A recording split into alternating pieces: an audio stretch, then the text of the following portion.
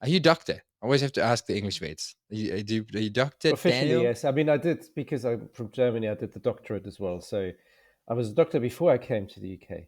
Yeah, there we go. And is it Preter or how do I don't know. you? Well, You need your own last name. I'm Hubert Hemstra. I'm Gerardo Polly. This is the Vet Vault.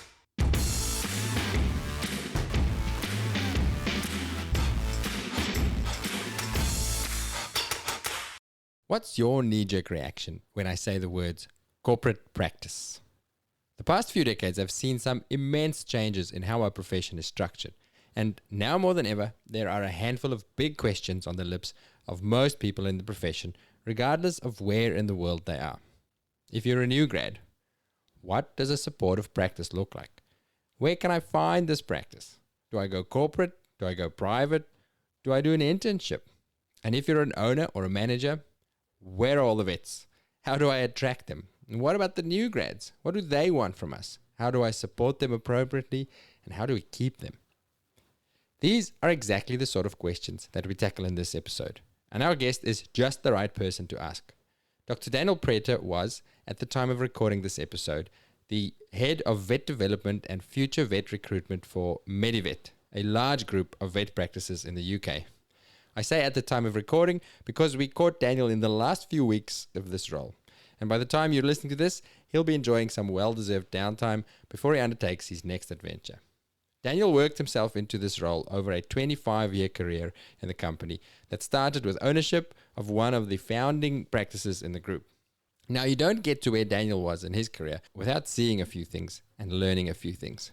Our conversation ranges from recruitment and retention, new grad support programs, transition from single-site practice to group practice, making sure that your personal growth keeps up with the growth of your practice, how the word corporate is shedding some of the negative baggage that it used to carry, the changes that he's seen in his quarter decade in the UK smallies practice, and much, much more. Please enjoy Dr. Daniel Preter. But of course, first I'm going to remind you about our clinical podcasts. But instead of me rambling on about how great they are, here's an email that we received from a subscriber this week. Hi, Hubert and Gerardo. I just wanted to say a massive thanks for putting together such an awesome podcast. I've only been a subscriber for a couple of months, but I've already learned so much. I love the topics you cover, and the level of information is perfect for practical in-practice implementation. And you seem to always ask just the right questions that I was thinking. And I love the summary notes.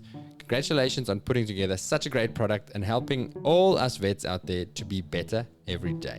Love it. From Beck. Thank you, Beck. You've made my week. Everyone else, go and check it out at vvn.supercast.com. That's VVN for Vet Vault Network.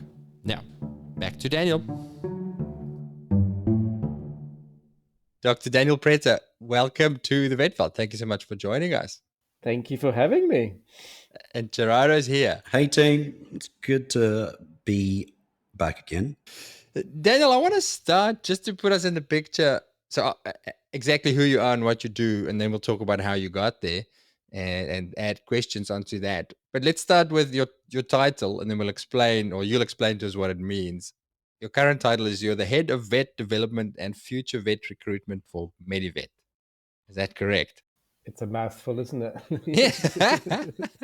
Yes. Is that accurate? So it is accurate still. Yeah, I guess what it means is that I'm looking after our new graduates. That's really what it means. I'm looking after our new graduates and also the next generation of new graduates. So trying to find talent is the other part of the role as well. Before I dive into questions, Hubert, you keep going. I'm going to head down a big rabbit hole about talent pipelines and recruitment. And Exactly. As soon as you said talent acquisition, I was like, well, all right, they gave you a pretty big job, didn't they? It's not the easiest job in the world at the moment. Yes, yeah. At the moment, it is. Yeah, it's difficult. I guess you could call it difficult. Recruitment in general, I don't know what it's like in Australia, but in the UK, it is very difficult. And it is becoming so difficult that in general, not just new grads, in general, is that we actually had to close clinics and things at some point, even just temporarily, because we just didn't have anyone to run the clinic. It's terrible. It's a real crisis, and it's not getting better. And there's certain things that really haven't helped, including Brexit, my friend Brexit. And that being just more harder for vets from EU and international to come into the UK veterinary sphere. Totally. It's harder and it's less attractive as well. I mean, the numbers, and of course, COVID hasn't helped either, but the numbers have reduced by about 70 to 75% nationwide in the UK, just not just us, not just Medivet, but all sorts of other groups and in general employment as well. That the number of applications have really dropped dramatically, and it's bad for vets in practice, but it's really really bad for vets, sort of official vets doing meat hygiene and export import things and things like that. Because to be quite honest with you, that was 99% of those vets were vets from abroad. Wow. No UK vet wants to do that job. Like abattoir work and inspection Yeah. of lymph nodes and whatever Yes. things. Yes. So it was a great way in for European vets, because you were really, you were taken without a question, really. And then you were in the country, and you could start then looking for clinical jobs and things like that as well, more easily, get used to the language and what have you. But that's also stopped, and there will be potentially a real food crisis in the UK as well, because nobody's working in the abattoirs anymore, so it's tricky. On a tangent there, do you reckon it might actually then become a para-veterinary role, like a vet nurse or a tech or something like that that's now going to start taking over, and then they're supervised by one regional vet as opposed to a vet being in each abattoir or something? Or I think that's exactly what they're looking at, because they're just, it needs to keep going. And the only way to do it is to give that role to other people. And I think that's what they're looking at. But everything takes time, and we're already in that crisis. So it's a tricky situation. it says in your bio you've been with Medivet since 1997. It's 25 years within the corporation. But what I'm interested to hear is kind of journey from being a vet practice owner, and then did the corporate buy a part of it? Did you merge with the corporate, or like what was your role in all that, and how was your transition into? Well, it's interesting, isn't it? Because you think, how do you define corporate in the first place anyway? What is it? What is it really? When I joined Medivet in '97, we had about 10 clinics. Okay, so it was already not a single clinic. It was a group of 10, and everybody knew everyone. It was like a family, and it was like that for a very, very long time. So up to about 5 years ago, I would have said we're not a corporate. We're not. We have grown. We put clinics on our lists, and gradually I didn't know everyone anymore, because I couldn't, because we had clinics in areas that I didn't get to. You still had contact with most people, but of course, the more people join and the more clinics that join, the less sort of contact you have. But I still didn't feel like a corporate. It didn't, in a way, I guess technically, maybe it wasn't, because it was owned by just a bunch of vets, and it was a partnership, and it still is a partnership. So majority still owned by veterinary professionals, or? Absolutely, absolutely. That's changed now. That's different now. But up to last year, it was 100% owned by vets. And the partnership model, I think, is quite unique as well, because we have the central partners, of which we had about 15, and then we have the branch partners. So I guess within our model, if you want to be a business owner, you can be that. It's not a franchise; it's a proper sort of traditional partnership, if you want. And that also, for me, sort of removed that corporate structure in a way, because it's a partnership, and all our management team were either vets or nurses, So it was for a very, very, very long time. The majority of the time I was with Medivet, not a corporate in a sense, that So should we define corporate in that traditional sense as owned by shareholders to a large degree, and then people get employed in positions to run practices as managers rather than being owners and partners of the business directly? Is that, in my head, that was sort of what corporate means? Well, G? what I feel that Daniel was saying is kind of like this whole vet family. That's like a corporate structure, but run by vets, best interests of the business. You know, decisions are made by vets. Still have to make decisions to make sure the businesses are profitable to continue to grow and expand and things, but ultimately not accountable to like a large, I don't know, retirement fund or something like that. Well, exactly that, but also who's running the show really. And like I said, up to about 4 or 5 years ago, it was all us. It was all the bunch of essential partners who are vets and really were in practice. And the majority of us were still in practice here and there. There were others, who just gave up practice because it was just becoming too remote, and if you don't keep it up, you just lose touch really. But yeah, a lot of us, including myself, I was in practice, and not every day, of course, because you had other jobs, but you kept in touch with what's happening on the ground as well, and I think that's very, very important as well. And of course, at some point you get to a size you just can't maintain that anymore, and we couldn't maintain it anymore, so we had to think about, hold on a second, we're so big now, we need an HR director, we need a financial director, we need a CEO, we need a board, we need an executive board, we need all that structure that bigger organizations have. And so we did.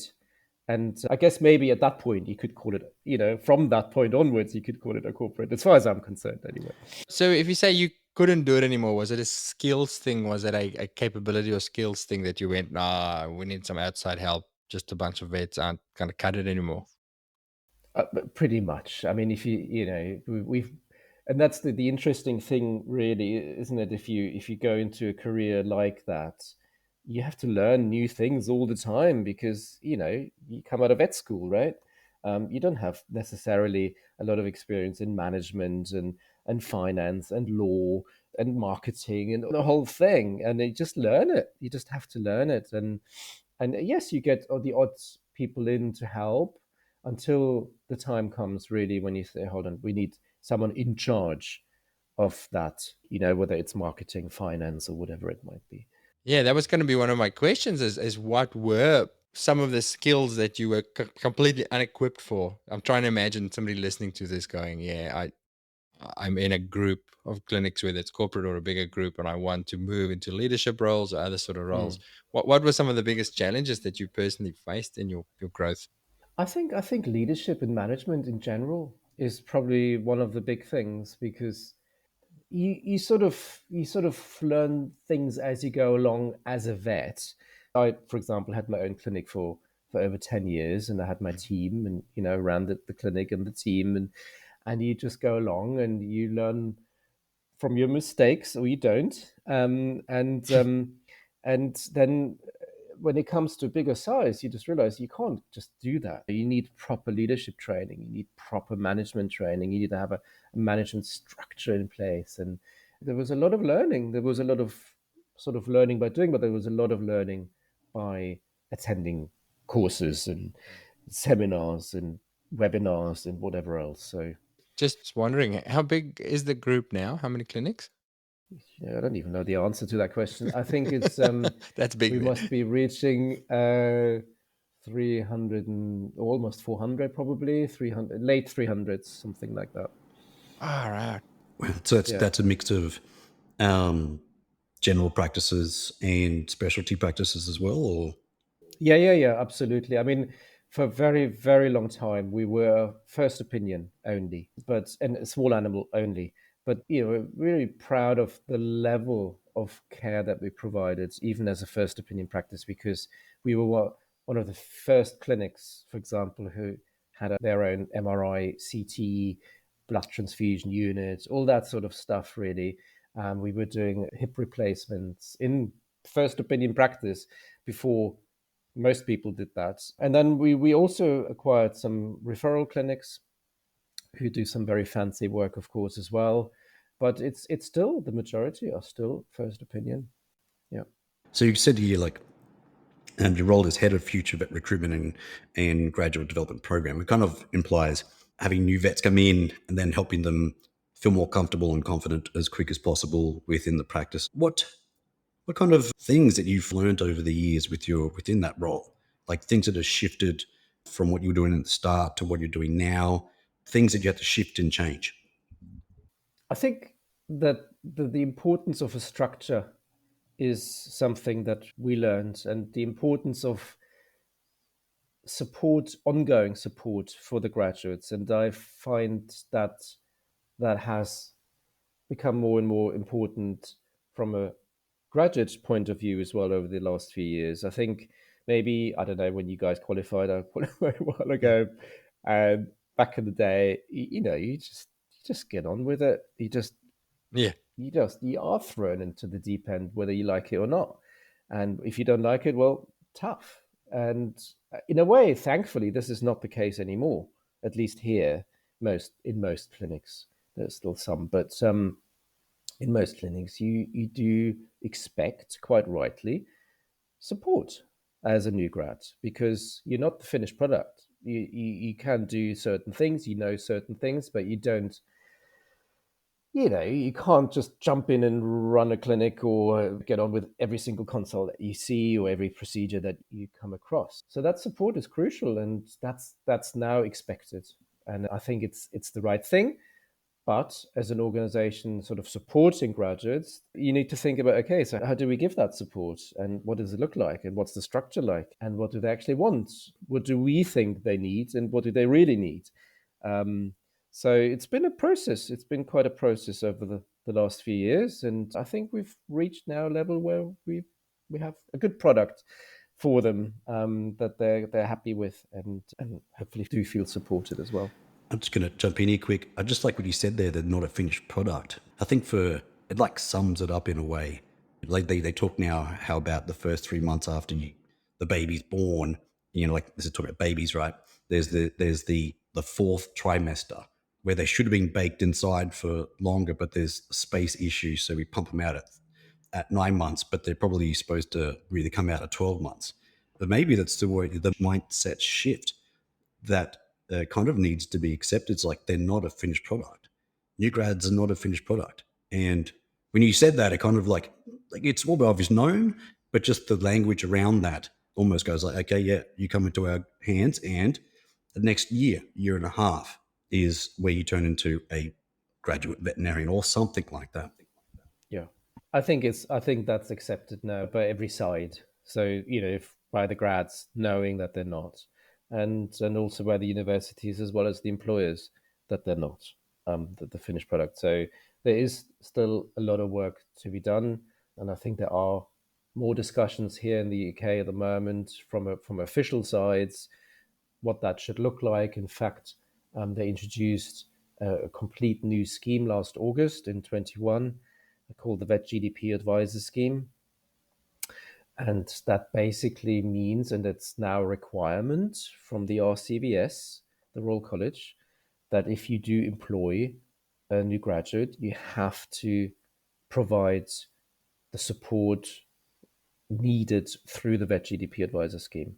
Okay, Wow. so the the GDP stands for a Graduate Development Program, which is funnily enough the same name as we have for our program. But anyway, it's basically, it means that you have to have a trained advisor, and that's a CPD done through the RCBS online, and I think it's 20 hours you have to do, and you do have to answer questions, and then in the end you have a certificate and you're an official vet GDP advisor, and only that person is allowed to train the Oh, graduate. wow. I mean, there are other vets who can also train them, of course, on a daily basis, but they have to have that vet GDP advisor with them, and there's certain requirements that they have to spend at least an hour a week together working. They have to spend at least a day a month having a meeting, sort of a reflection meeting, in terms of how the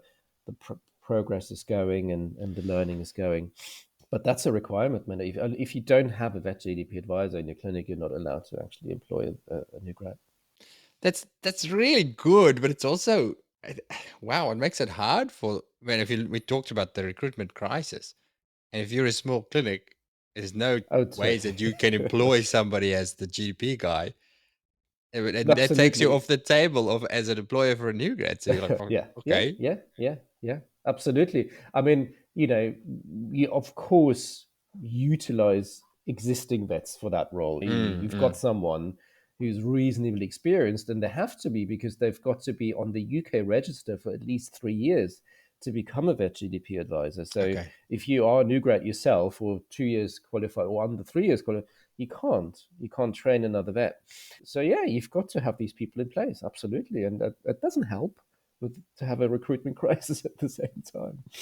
No, well, I suppose it is a good thing, because I think back to my day, you sound like one of those vets. Certainly wasn't like, as you said, you were thrown in, you were kind of expected to be the finished product. I rocked up in England as a locum and started locuming. It's like, here I am. But there's no pride in that, because a lot of people struggled a lot. I mean, emotionally and mentally struggled, and were completely had their careers ruined for them by that process, by being put in situations that you shouldn't have been in, and just went. I mean, you either grew really rapidly, or you didn't, and you fell off the wagon. So yeah, it's probably a better approach, I'm guessing. I think it is. I think it's the right way forwards, and I think what I find as well with the grads these days, unfortunately, that they're sort of get told by the universities that they're not worth as much as they. I'm not putting it, a bit sort of radical here, really, maybe, but I think that they get told a lot things like, when it goes beyond cat spay, you need someone with specialist experience, and that sort of attitude to say, okay, let's see, and let me work this out myself, is sort of discouraged, really. And just to sort of get on with cases, and the fear of making a mistake, or being sued by the owner, or being taken to the RCVS in a tribunal sort of thing. It is a big thing now, and the stuff that I used to do as a new grad, they wouldn't dare to touch, because they're just worried they're going to make a mistake, or they're going to be sued. So I think the learning process itself just takes longer as well, and you need definitely that experienced person next to you, because you can't possibly do it yourself, which is a shame. Daniel, do you think, in a way, like the support, and there's definite pros by the whole structure of the program? I can understand that, because I've been involved in creating similar kind of graduate programs within our own organization because of the need. But then at the same time, if we then say that you can only go to these places and get this kind of training, and then it's almost like, does it take away a bit of the accountability on the university, and then personal accountability and control or power or courage from the graduate itself, where they kind of come out, like, it's good to understand where you're at, but then also come out and then just not be too scared. Absolutely. I think you're forced into baby steps, and that sort of steep learning curve that I used to have, certainly at the beginning. It's just slowed down a bit.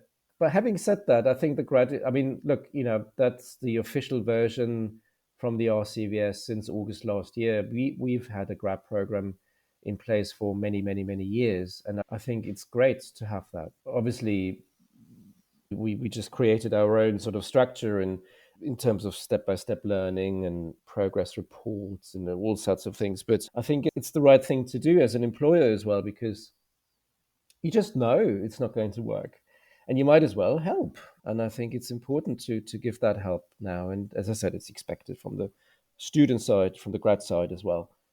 And if I look back, I'm trying to be critical of my own career, or look at it as an outsider. And the reality is that I did learn fast, but I also learned a lot of bad habits and got stuck in ways of thinking and thought I was doing fine. And now, 20 years into my career, I'm relearning things and going, wow, I can't believe I did that for 20 years. If I Yes. had a structured learning process and somebody Mm. maybe guiding me, I could have avoided a lot of things, and then also probably progressed faster throughout my career, because you hit that, if it's self-learning, you hit a plateau much faster, or even it's not even a plateau, like you actually go down a little bit, Yes. and to have somebody to guide you through that, it can only be good. It can only be good. I think I agree with that. Daniel, you talked before about the concerns and risks of litigation and all that kind of stuff. And as a large practice group, I'm sure you would hear or come across, or at least someone, the area managers are tackling cases that go to RCVS or move forward into some kind of litigation or something. But is the concern actually kind of matching the risk? It's kind of like the example I was thinking about. It's like people coming to work being concerned, or working, getting worked up, or preparing themselves for difficult clients today, and then almost kind of like getting, like, they have this bias around it, and then they forget that maybe once every 2 days they might have a truly difficult, or once every 3 days, maybe once a week, you might get a truly difficult client, right? Or you might have people who are concerned or stressed and have financial issues, which isn't difficult, but it's like it's almost hypersensitive or hyper aware, and this bias makes us concerned, or negative bias makes us look out for it, and then the actual risk, we don't have perspective on it. I, yes. I mean, I have to say that though, expectations have risen over the years, definitely from the client's point of view. You know, the things that I got away with 20 years ago, you wouldn't get away with probably so easily anymore. Not that I was negligent or you deliberately made mistakes or something, but it's now, I think you're watched much more carefully. I think that's just a fact, to be honest. By the clients. Yeah. At least in the UK, that's the case. I mean, And will they take it further quite quickly? Will it go to the college, or um, I think you will get a complaint quicker. okay? Whether it's taken further or not is another question. Sometimes yes, sometimes no. But in terms of complaints, they have certainly gone up. And not because we've decreased our level of care, but because people are just expecting. And to be quite honest with you, I don't think that the Super Vet series on television and other super vets necessarily help an awful lot, because you just get a completely wrong image of what a vet is supposed to do and can do. Anyway, that's a different kettle of fish, I guess. Yeah, that's an interesting point. It's definitely a long way away from James Harriet, who was the previous model for what you should expect from your vet. Well, yes. And he kept me going through my studies. I think you're not alone. Uh, so all these things we're talking about, I mean, it takes a lot of back end to provide that to your new grads, or to your, a lot of HR and a lot of management and stuff. Is this why we are moving towards group practices, or call it corporate practices? Are we moving in that direction? I mean, it certainly seems to be. I feel like Australia's 10 years behind in a lot of Mm. things vet wise with the UK. Is that still the direction that the UK is heading, that it is becoming conglomerates or corporations? Yeah, I mean, it's been like that for many, many years, 20 years. And yes, of course, um, as groups form and merge and whatever else, I think, what is it now, 55% in the UK Okay. are within the sort of corporate world, if you want. We still have 45% independence as well. And I think there will always be a place, and I hope there will always be a place for independence as well. But yes, I think there are certain definite advantages of a bigger sort of network. And really, for us at the beginning, it was just about being a network, not a clinic sort of standing on its own, but having this vast pool of knowledge as well of your colleagues, really, that you can tap into. And we constantly have email discussions still, or on different platforms. Um, about clinical cases. I've got this weird X-ray. Can everybody have a look, please? Mm. And you send it to 400 vets. It's very powerful, very, very powerful. And that exchange, the clinical exchange, is between the vets and the group is constant, and it's very enriching, I think, for everyone. But there are so many other advantages as well, like having a career path as well. I mean, if you look at me, I would have just stayed a vet as well, would have been absolutely fine. But I just went into this path because of the size that we have as well, and it wouldn't have been possible otherwise. And there are so many different roles within the organization as well now that we have in terms of management, teaching, clinical governance, all sorts of things that you just wouldn't have, or that opportunity you wouldn't have in a standalone small animal practice.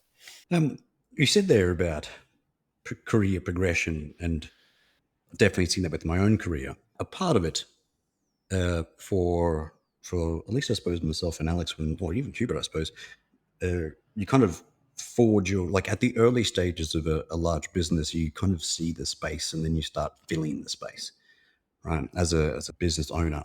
And then you get to a particular size where you need depth. You need other people to start taking on things like training on the floor, training regional trainers or something like that. So we start to develop a talent pipeline of veterinary professionals who are progressing out of clinical into more management and leadership. Is that training and those programs, are they created by yourselves, and is that something that Medivet as an organization or a company fund or facilitate or sponsor? Like, how have you guys tackled the developing talent outside of just clinical veterinarians? Hmm. No, absolutely. We have an L&D department, and that's exactly what they're looking at, is about upskilling people, and that's not just for the vets and the nurses. We have training programs in place for most roles, that we have, all roles really that we have, and whether that's upskilling your receptionists, or whether that's a more senior vet going into management. And we do that all in house, really. And of course, there's a big budget for that as well. Gee, have you got a question? I'm sort of waiting for you, but I've got a question. And I was Okay. just going to say, there's a big budget for that. Is it because if you create the program, then it's scalable in house, and it's also then somewhat tailored for the language and the culture, and that more tailored towards what you were wanting to expect and the talent that you want to develop, that's in alignment with where Medivet wants to go? Or is it just there was no other, I don't know, or training organizations which really delivered the product you were looking for, so you just created your own? No, I think we always wanted to make it tailor-made to our own needs, really. And if you pick something off the shelf, you just don't know if it's going to be the right thing for you. And because the vet industry is a big industry, but it's not as big that you have, all sorts of different providers for all the different needs that you have, you just create it yourself. And we have some fantastic programs and some fantastic people and learning providers as well in-house. And it's great. I think that's the right thing to do. David, I don't know if it's changing. I think it probably is changing, but certainly 10 years ago in Australia, corporate or big group practice was almost I wouldn't say it was a dirty word, but there was a negative association to those outside of it. I certainly know a lot of people who work in big groups who really love it. But are there still, or were there any major misconceptions about working in or working for a big group versus just independent clinics? Absolutely. And I think that always will be the case. But I have to say it's changed dramatically over the last sort of few years, 3, 4, 5 years, where people just can see. And it was more historical, sort of, even at vet school, I think that people were said, "Oh, be careful of the corporates and the devils, and they're not, you don't go and work for them and whatever else." And it was just taken on the chin, and nobody asked the question really. It was just there, that sort of thing. And that's changing now because people can see the benefits. They can see, for example, that graduate program that we have in place is a year long, and there's a structure to it. There's lots of modules, wet labs, all sorts of things. You just couldn't do that possibly in a standalone small animal practice, independent practice. It's different, I'm not saying it's better or worse, but there are benefits for the graduates. There are benefits for all the staff, really, in a way that it just can't be ignored anymore. And I think more and more people see that now. And also the sort of official vet world, if you want, the universities and other sort of governing bodies and what have you, they see that, and they know they have to work with the bigger groups, otherwise there's no one to work with. So that's that sort of view of, don't touch them, they're bad, has not gone, but it's much better now. Yeah, I wonder where that stemmed from. Maybe it was the a more overt focus on business or profit, or at least a perceived focus on that by these bigger groups and people. When people thought, yeah, all they care about is the money. They're not going to care about you as a person. You're just going to be a number. You just have to churn out the bucks. Ooh. In the building of your business, in your journey, in that, were there things that you think that the corporate clinics or the big group clinics did wrong, and that has changed? Oh, Were there oh God, mistakes yeah. that they made where you went, wow, that we shouldn't have done that. We should have done that differently. Absolutely. There were lots of mistakes, and it's. I guess one of the disadvantages of a bigger group is that that sort of concept of having an immediate boss is not there necessarily. Okay. So you work in an independent practice, you work with your boss, you have a problem, you're not happy with about something, you go and talk to the boss. In a bigger group, that's a bit more complicated because you might work in a practice, but you're not working with your boss. You're not necessarily working with your regional director, which is the sort of senior structure in a certain area of the country. You see them, of course, but you don't see them every day, and that also could create this sort of remote boss syndrome in a way that it's like, oh, they're bastards, they just want us, because who's they? Is you don't have necessarily someone immediate sort of next to you to talk about issues and problems. And that has always been the biggest challenge. And yes, and there have been mistakes. Of course, there have been mistakes about, looking after staff in a way that you couldn't do because you weren't in the building with them. Yeah, it's that lack of relationship, the loss of the Mm, intimacy and relationship that makes it mm, harder. Sure. yeah, That's a big rabbit hole. It's a big rabbit hole Yeah, there. exactly. it is. Same question about things that you've learned during the process, but more specifically about the mentoring support thing. Because again, that you guys have been doing that for a long time, having a new grad support or a recent grad support system, and but it's brand new for lots of businesses now. What didn't work? Were there things that didn't work that you tried? And then on the flip side, are there things that you're looking at now that goes, oh, this is the ticket. This really works. I guess the one thing that grads really do, and we sort of touched on that at the beginning as well, is that they want support for longer. And this is why we actually extended the initial graduate program of ours was only 3 months, 3 to 6 months. Okay. And we realized it wasn't enough because it was needed for longer. And it was needed from our view, and it was needed from the grads view as well. So we extended it to 12.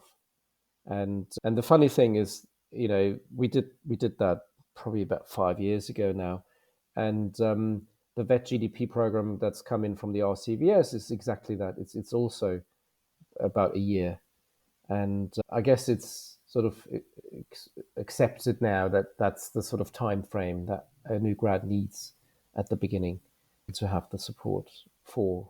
So that was a big thing, really, that we had grads who were unhappy because the support stopped, and then we had to change. We had to change that scheme in a big way, and it was a big way because it was a complete restructure, really. If like for me, there's only so much that we can do, like in terms of support, mentoring, clinical training, and development, all those kind of things.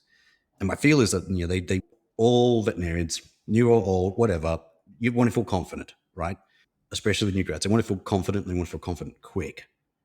And then you've got to create a space where they could fail safe, or they give things a go and things. But what I look for, and what I suppose I look for now in interns and new grads now, is a demonstration or an understanding that maybe courage is, or accepting that you're not necessarily going to be confident, and confidence may not be the right thing to keep on chasing after. Because if you constantly feel like as if it's okay to not feel so confident and give things a go, then that's more powerful than this end state, that confidence, which is elusive and probably never going to happen. Is there like traits, or is there kind of things that your recruitment team look for in order to help find the right graduate? It's very tricky, isn't it? Because it's a fine balance, I find. You also get the other extreme of graduates or vets in general who think they know and they don't. And that's when it becomes dangerous as well. And you have to be very careful that you sort of know and realize where they are, uh, on which end. Because if they are on that end that you just described, you certainly should encourage them and say, no, no, no, you do it. I'm here, I'm watching, but you do it. And you do the next one, and you do the next one. Because, on the other extreme, you have those graduates who are just scared of doing everything themselves, or anything themselves. I remember working with a vet who was maybe 8 or 9 years qualified, but she always has worked with a senior vet holding her hand. And when the senior vet was suddenly gone, she was lost after 8 or 9 years of experience. And that's sad. So it's that balance, really. I think it's so important to nurture them, to encourage them, but also to realize, oh, hold on, no, you don't know exactly what you're doing, so let's do this together, and next time you can show me how you do it yourself. And I think it's important to know your graduate, and this is why I think the graduate program with a dedicated mentor and all that sort of thing, who knows their graduates, and after a certain amount of time, obviously, and realizes where they are, and what they can give them and what they can't give them, and how much encouragement they need and or not. Yeah, so that relationship is very important. So you alluded in our chats before that there's a next chapter for you personally. Are we allowed to talk about it, or is it private? Is it not? Is it not for Are the we allowed to podcast? talk about it? There's not much to say. I mean, yeah, so it's been 25 years almost, and we just sold the business. It's not a secret. We sold it last year, and I think it's a great time for me and some of the vast majority of my colleagues, my partners, ex-partners, to look into the future for something else. And I've got lots of ideas, but I haven't got any plans. That sounds That super exciting. I was going to say Yes. that's a good space Yeah. to be in. I think so, and it's quite scary as well, to be honest. I mean, I've got what is it now? 3 weeks left. You Wow. caught me right at the end, but it's getting like, okay, what exactly am I going to do? Mm. But it is exciting, but it's also like 25 years is my career, basically. That's it. That I spent 98% of my career at Minivet. Mm. So it's scary. It's scary, but exciting at the same time. You're not going to start a new small neighborhood clinic, independent clinic somewhere. I don't think so. I don't think I would do that again. No, I'm not. I'm not at that stage in my life, I think. Wow. I'm curious. You've had an excellent view of the profession, and you've seen it change, and in the UK how it's changing. where do you see us as a profession in a decade from now? Is anything going to be different, or are we just heading in the same direction? Gosh, the crystal ball question. Uh, I think we are probably going to head into the same direction for a little bit longer. For example, if we talk about corporate versus independent, there will always be a place for independent, and that's a good thing.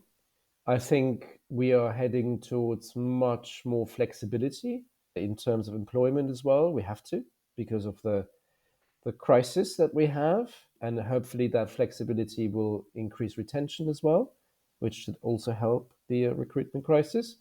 And there has to be more done to tackle that recruitment crisis, because the way it's going, it can't continue. Whether there will be more clinics or not, it doesn't matter. It's already at a point where we just don't have enough staff, full stop.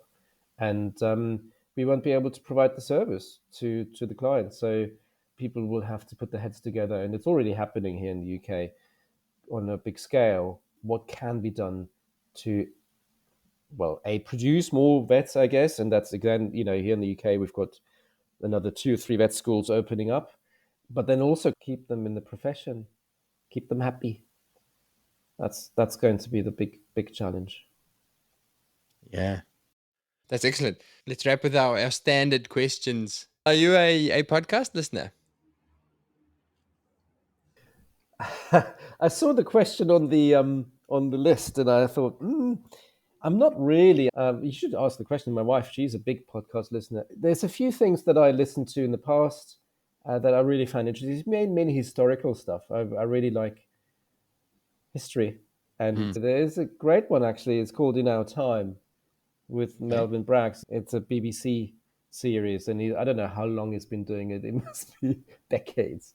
And of course, now it's on podcasts as well, and the BBC Sounds it's called. And it's great because he's talking with experts on all sorts of things, from the Zulus to the ancient Greeks to the French Revolution. It's just fascinating, and it's easy to listen to as well. Have you come across, this is the biggest history podcast, might not be your style, but have you come across Hardcore Histories?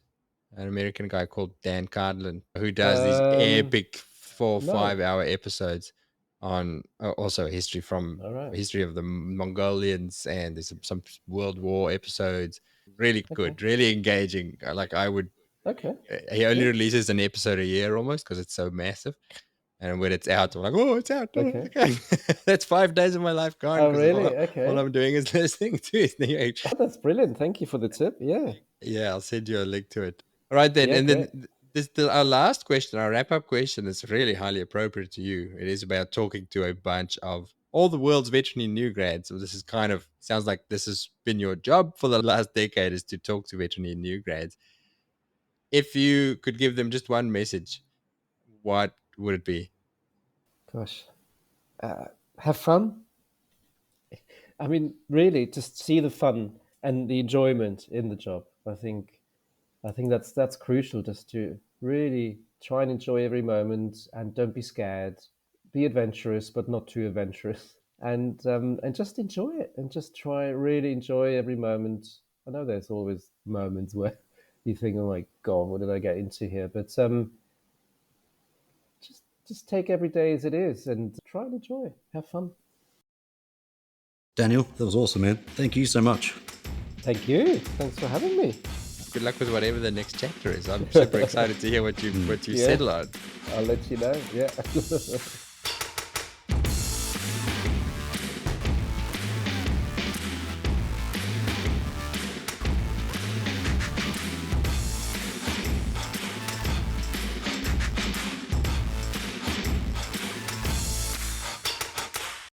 You know that vet in the practice who just seems to know their shit? The one everyone asks for help with their tricky cases. You can be that vet. Check out our clinical podcasts at vvn.supercast.com.